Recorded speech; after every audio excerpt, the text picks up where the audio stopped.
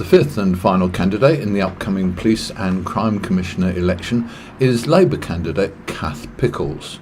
Time now to hear her views and plans for carrying out this important job if elected on the 5th of May. My name is Cath Pickles. I'm standing on behalf of the Labour Party in the Police and Crime Commissioner's election. My background, I've lived in Suffolk for 20 years. I had a very successful local government career, ended up senior manager at Suffolk County Council.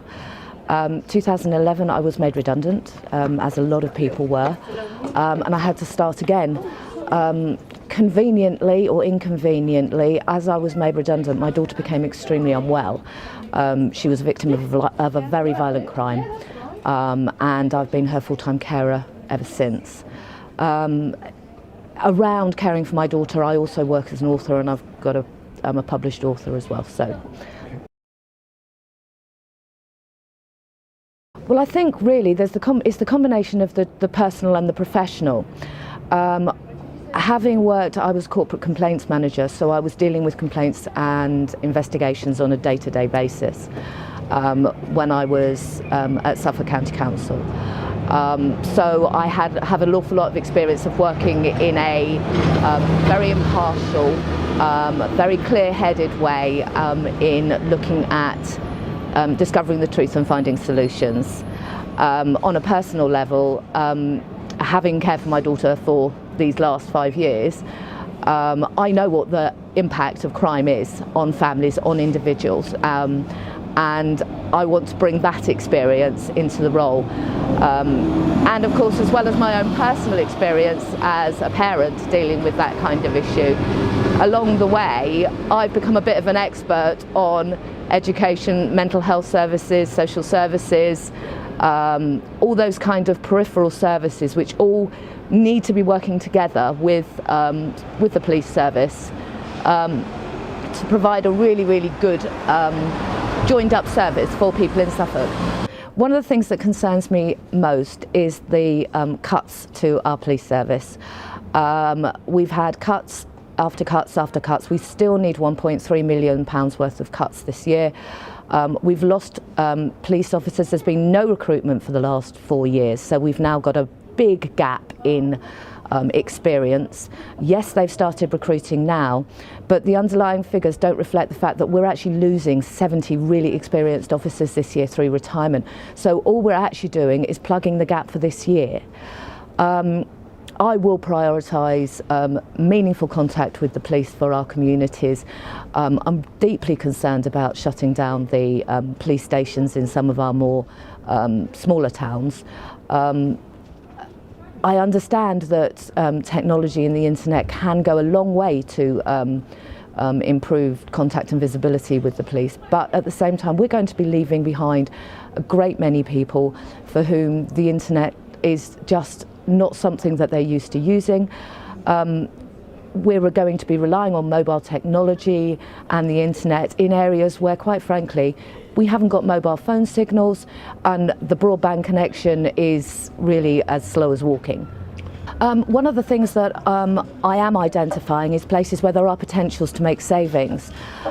Fortunately, the Chief Constable, his priorities, which have been independently identified, of crimes such as sexual violence, violent crimes, domestic violence, are ones that I believe resonate very highly with the people of Suffolk.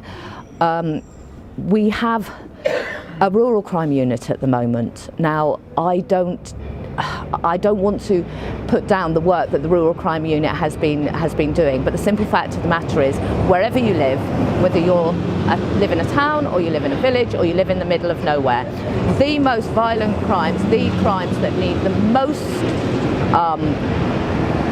intensive investigation and support and highest priority can happen to you wherever you live. And I want to see that unit working much more closely in line with the priorities that have been identified independently. Currently we're spending £125,000 a year on that unit. Yes, rural crime is important, yes, wildlife crime is important, but as you've said, the money isn't coming. Central government are continuing to cut, and we have to prioritise where people need the support most. People in Suffolk subsidise gun licences by £100,000 a year. And as far as I'm concerned, that is something that I will be lobbying to change for Suffolk. I know that there are other PCCs in other parts of the world who are also lobbying for that as well, and I know for a fact that it's something that Tim Passmore is not interested in doing. Ironically, DBS checks, which are the checks that we run on adults to check that they're safe to work with vulnerable children and adults, are something that are completely cost neutral. So the irony is we're quite happy to subsidise people to have a lethal weapon, but we're not happy to subsidise people having a DBS check, which I think is completely the wrong way round.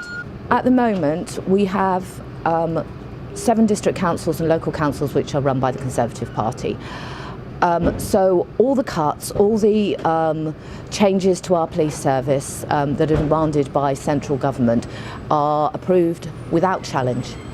And I want to change that. I want to get the voice of Suffolk to central government, and I want to stop this consensus and Tory yes fest that just means that people of Suffolk constantly lose out. Fortunately, the things that I consider to be a priority, such as domestic violence, violent crime, cybercrime and sexual exploitation, are actually the identified needs of the county as the highest priority. So I think what the Chief Constable and the Police and Crime Commissioner should be doing is working together on that. And one of the things I'd like to do is I'd like to make sure that every single child in this county receives education about protecting themselves from online and sexual exploitation. I'll be working to ensure that the prioritisation of those identified needs are met. It's a question of gathering consensus, building communities, working together with all areas of the community, not just the rich farmers, to ensure that the police service actually meets the needs of the people of Suffolk. We have to look more at cybercrime.